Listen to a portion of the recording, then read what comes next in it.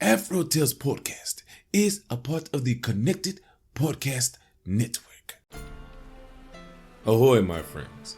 Welcome aboard the AfroTales Podcast. I'm your storyteller, Aman Mazinga. Join me as we explore the tales that grew from the people of indigenous and African descent in the Americas and the Caribbean. After, come and see me, chef, who will impart upon you a recipe for the story you have just heard.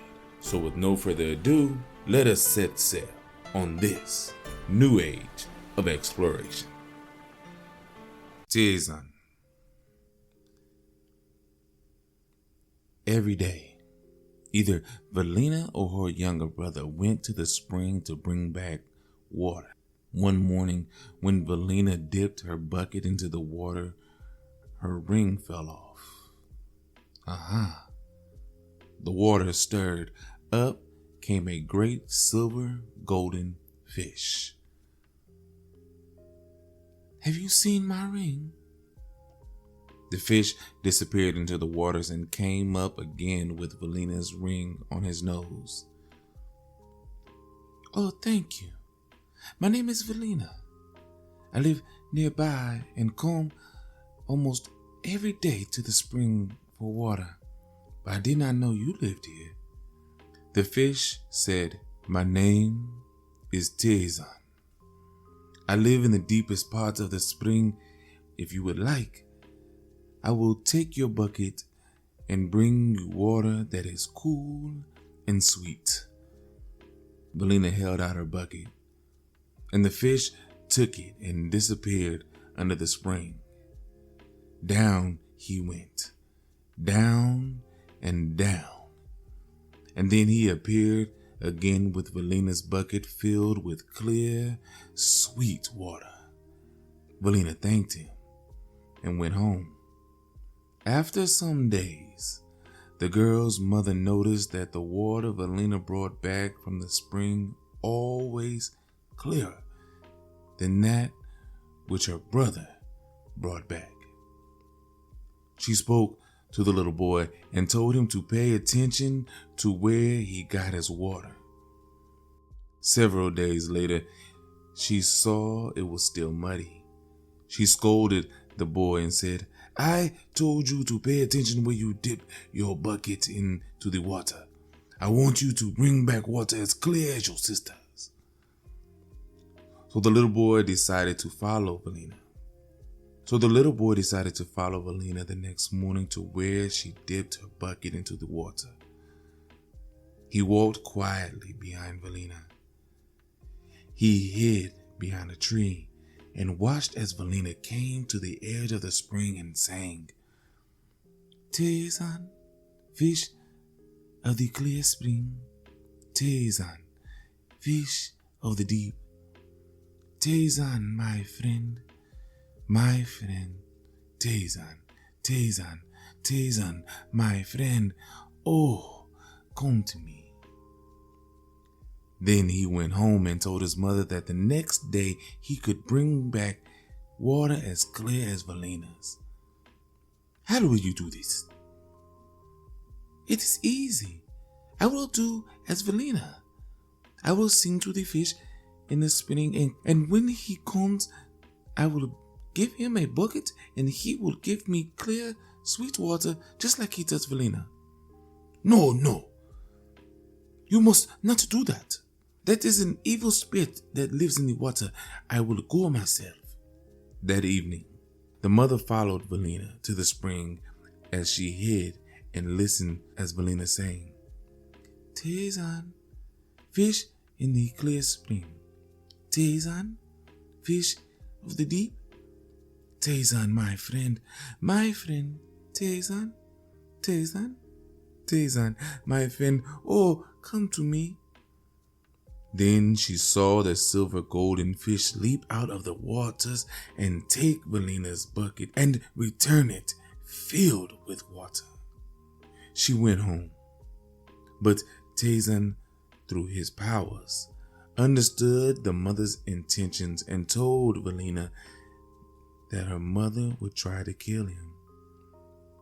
He told her that if she saw 3 drops of blood on her breast, she would know that her mother had succeeded.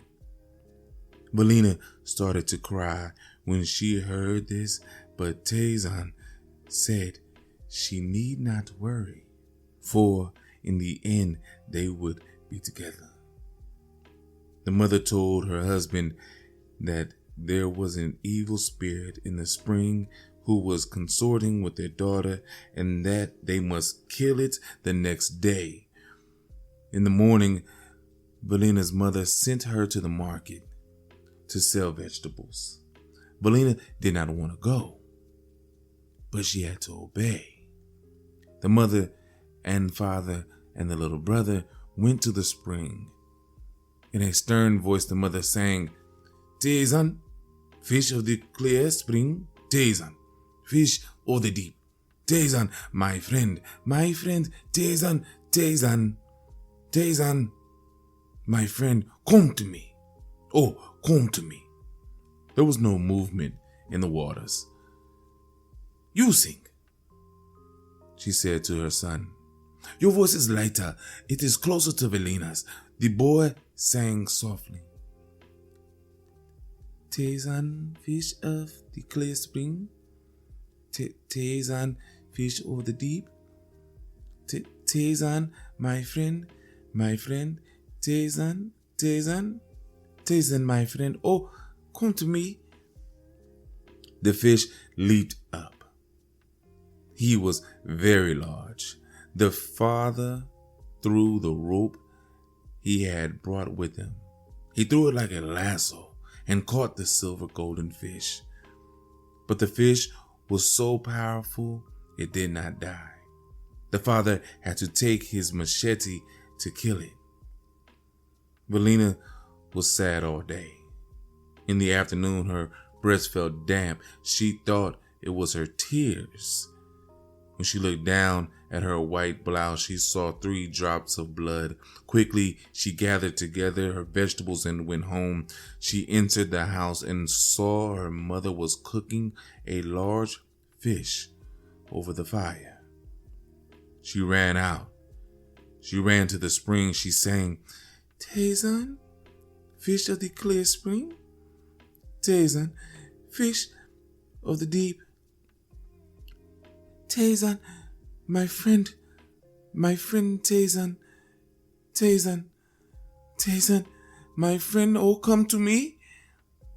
The waters were still.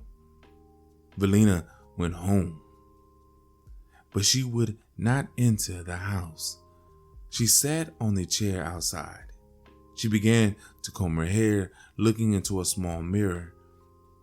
And combing her hair, she sang and she wept. "Tayzanne, fish of the clear spring, Tayzanne, fish of the deep, Tayzanne, my friend, Tayzanne, Tayzanne, Tayzanne, my friend, oh, come to me." Her brother heard her singing and came out. What he saw. The chair she was sitting in was sinking into the earth. Velina, stop crying. Your tears are softening the earth." But Velina was so filled with sadness, she did not hear him. The brother ran inside. Papa, come quick. Velina is sinking into the earth." "It is late. You are imagining things. Go to bed." "But Papa, please." The brother ran outside again. Velina had sunk into the earth up to her waist. Mama, you must come. Velina is sinking into the earth." "Nonsense, little boy." But the boy pleaded so desperately that she went outside to see Velina's shoulders sink into the earth. The mother ran and grabbed her daughter by the hair, but the rest of her had already been swallowed up.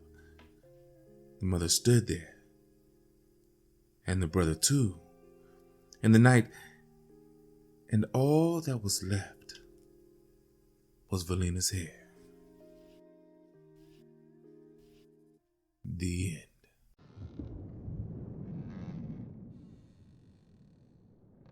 Wow, this story is awesome. This was a listener request story from the Magic Orange Tree and other Haitian folk tales. And I'm sorry, listener, I don't remember the name. Is you requested this like at the beginning of the season, and that was like a month ago for me. But I got to it. I told you I would, and here it is. If anybody else wants to request a story, I am all for it. I'll let you know if I have it. If I don't have it, I'll try to find it. If you know where I can find the story, just let me know. You can email me, hit me up on Twitter, which is the easiest way, at AfroTalesCast. And that's how I'll be able to know what story you want. Okay. Again, I apologize for my accent. That was an accidental accent. It wasn't on purpose. It definitely was not Haitian. It definitely was not West Indies. It was not Caribbean in any kind of way, shape, or form. It just happens sometimes when I'm trying to allow a voice to come through. Sometimes those just come through. I try not to give accents to certain characters, but it happened like that. Anyway, with that being said, this story is awesome in the fact that it shows a love between two species, almost, I guess. She is just so passionate about her. And when I say love, I mean, I'm not talking to romantic. I don't know if it was supposed to be romantic. I just thought it was like a friendship between two species. They probably had conversations and talked about different things. And, you know, he helped her get good water for the family instead of muddy water, you know, that like the little brother was getting. And I thought that was awesome, you know, because people come from two different places and can communicate and be together in a way that is, you know, friendly or, you know, beneficial for each other without, you know, it being something crazy. But the mom was zealous, I want to say. She was kind of a zealot. You know, it's an evil spirit. Oh my God. You know, I don't know. I didn't get it. You know, I don't understand why she had to go that way. But I have another story, Mary Bell and the Mermaid from season 4, episode 2. Similar situation, you know, you just taking away just something beneficial for your own family. Why do that? You know, taking away a friend from somebody. Why? If you don't like them, okay, you ain't gotta like them. Just do you. Let them have fun with the people. If the person ain't, and they not hurting them, it was helping y'all. There wasn't no reason for it, but whatever. It's neither here nor there, I guess. So I don't know. I don't have much to say about this story. It's just passionate. I loved it. I loved reading it. I try to give it a little bit more oomph for because the listener requested it, and I hope I did it right. I hope it was what you were looking for, coming from me. And with that being said, go see Chef. You know, he'll have a wonderful recipe for you from Haiti, obviously. And until we meet again for the next voyage, as always, just have a blessed day, you know, and love on each other. All right? And love your pets and fish and sea creatures. I love ocean. All right? Bye.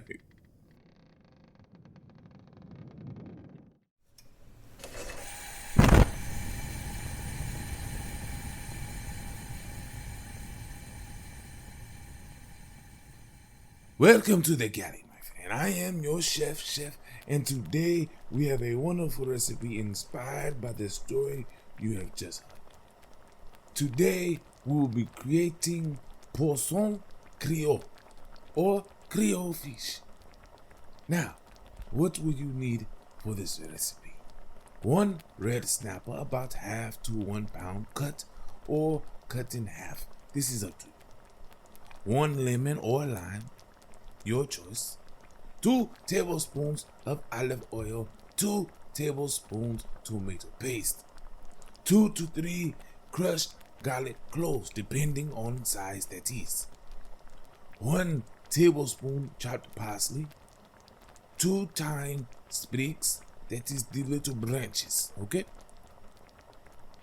1 large tomato seeded and chopped, no fake tomatoes here. 1 medium onion chopped, a hot pepper to taste, a habanero or a scotch bonnet or hot sauce, a 3/4 to 1 cup warm water, salt and pepper to taste. Now, how do we put this together? Easy. First, take lime or lemon, whichever you chose, and cut into 2 halves. With 1/2, clean the fish by rubbing and squeezing the juice inside and out. Rinse under cold water, then pot dry and place in a shallow dish. Reserve the juice of the other half of the lemon or lime.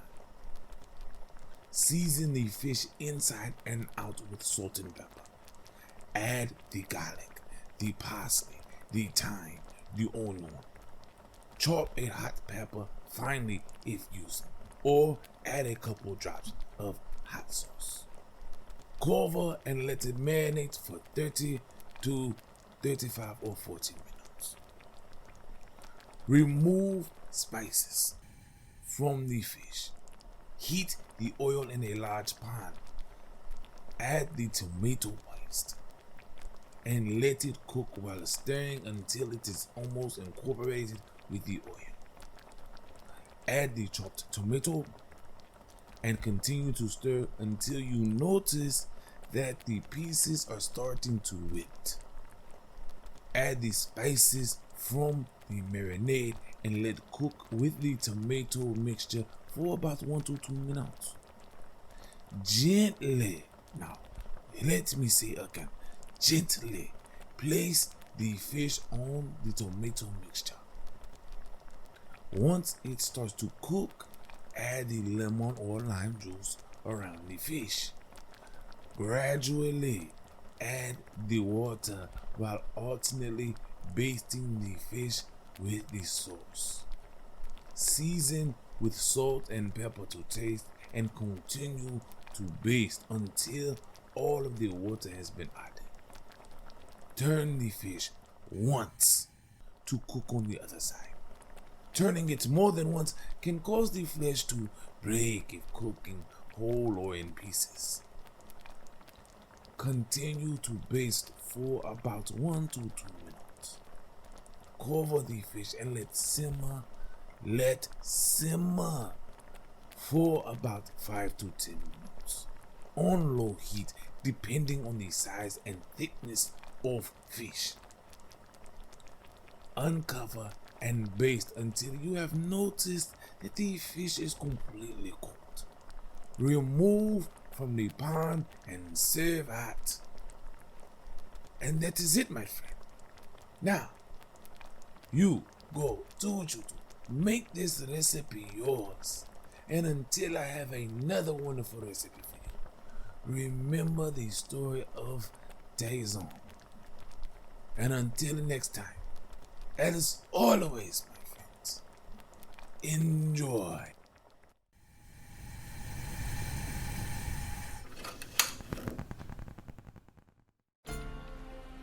Thank you for joining us on this voyage. Thanks to Art by Chalet for the logo, episode, and t-shirt designs. You may also get a t-shirt and other items on tpublic.com. You can contact me on all socials at AfroTalesCast. That's Afro TALES cast. And email me at AfroTalesPodcast@yahoo.com. You may also become a benefactor by simply sharing with any and everyone, giving a thumbs up, or rating in your podcast app of choice. If you wish to donate, I am on Patreon and coffee.com. That's ko-fi.com. So, until we meet again, may your winds be fair and your seas follow.